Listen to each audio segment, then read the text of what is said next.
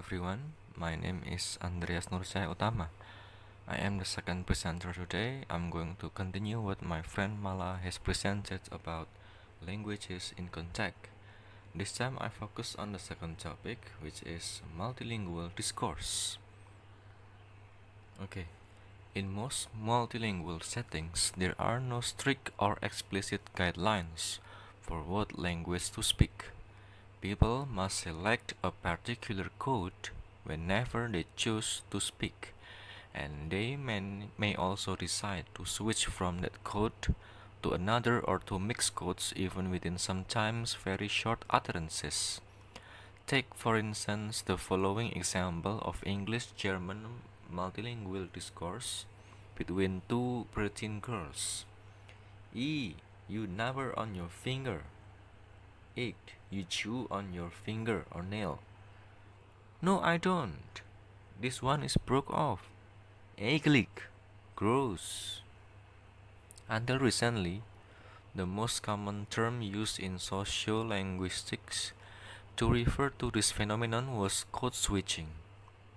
The term code switching is in the context of the discussion of models for language choice which focus on the social aspects of multilingual discourse. An early seminal work on multilingual discourse is Plum and Compers in 1972, in which the concepts of situational and metaphorical code switching are introduced.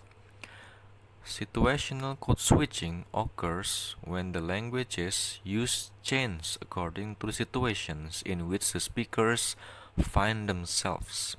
They speak one language in one situation and another in a different one. One variety is used in a certain set of situations and another in an entirely different set. This kind of code switching differs from diglossia. As you heard from the first presenter before, diglossia is a kind of situation in which two dialects or languages are used by a single language community. As the term itself suggests, metaphorical code switching has an affective dimension to it. The choice of code carries symbolic meaning. That is, the language fits the message. This is illustrated in a quote attributed to Charles V, the Holy Roman Emperor, which indicates attitudes about certain languages being holy, the language of love, or male solidarity, or crude or bestial. He said, I speak Spanish to God, Italian to women, French to men, and German to my horse.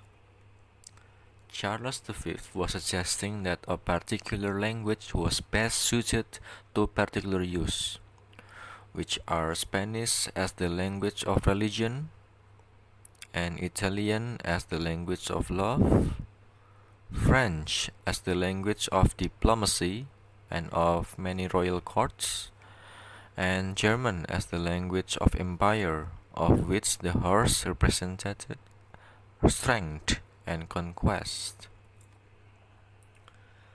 Giles in 1987 stated that another framework which has informed current ideas about language choice is speech accommodation theory, later on called communication accommodation theory.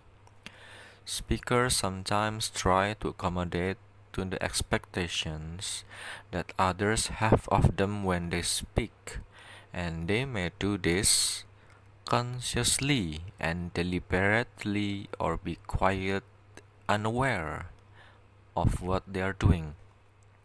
Someone can try to induce another to judge him or her more favorably by reducing differences between the two. Someone may even be prepared to sacrifice something to gain social approval of some kind, for example, shift in behavior to become more like the other. This is called convergence behavior. Alternatively, if you desire to distance yourself from other interlocutors, The shift in behavior will be away from the behavior of another or others, and this is called divergence behavior. Giles and Copeland in 1991 stated that speaking is not merely a social act that involves others. It is also a personal act that it helps create the identity one wishes to be seen as having in a particular set of circumstances. One type of convergent behavior is said to be motivated by how speakers often attempt to deal with listeners through audience design, that is, by orienting their speech toward others through quote choices. Bell in 2001 says that audience design applies to all quotes and all speakers. Individual speakers use style to represent their identity or to lay claim to other identities. We have the ability to present ourselves in different ways. As examples,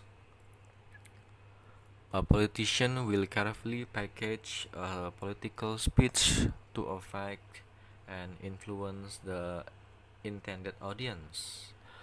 Or a female audience would want to hear about women's issues, or an audience of blue-collar workers would want to hear about labor unions and taxation issues. Okay, next is the markedness model. Another theory in the study of language choice is the markedness model by Myers-Cotton in 1983. The main idea of this model is that for a given interaction, there is an unmarked choice, that is, a quote which is expected in the specific context. The relative markedness of a quote varies by situation. The markedness model was originally designed to explain the social motivations of alternation between two distinct languages in spoken conversation. In any pair of sounds, one is more basic, neutral, frequent, earlier, acquired, and so on than the other. And this one pair is unmarked. For example, English allows p, t, k, and p, d, k in word final position, but German allows only p, t, k in word final position. So English is more marked than German in this respect. Okay. For example, there are some words here in English in which we can identify the marked and unmarked ones. Family and families. Family is the unmarked because it is the standard, and families, yeah, with additional ies in the end, that is the marked one. Cook and cooked. Cook is the unmarked, and cooked with the additional ed is the marked, to identify the tenses. And then Lincolns and Lincoln. Yeah, of course, Lincoln without apostrophe s is the unmarked, and Lincolns with s is the marked. Lioness and lion. Lion is the unmarked, and lioness with the additional ess is the marked one to identify the female lion. And then policewoman and police officer. The unmarked one is police officer, and the marked one is policewoman to identify the woman police. And then flight attendant and stewardess. In this case, flight attendant is the unmarked, and stewardess is the marked one to refer to the female flight attendant. And then inconsistent and consistent. Which one do you think is the unmarked one? Yeah, consistent. With the additional in in the front, it will be in the marked one. And then old and older. Old is the unmarked, and older with the additional er in the back is the marked one. And last but not least is old and young. What do you think? Yeah, old is the unmarked one and young is the marked one. That's why when we want to ask about someone's age, we ask how old, not how young are you. Okay, I think that's all my presentation, and thank you for your attention. Goodbye.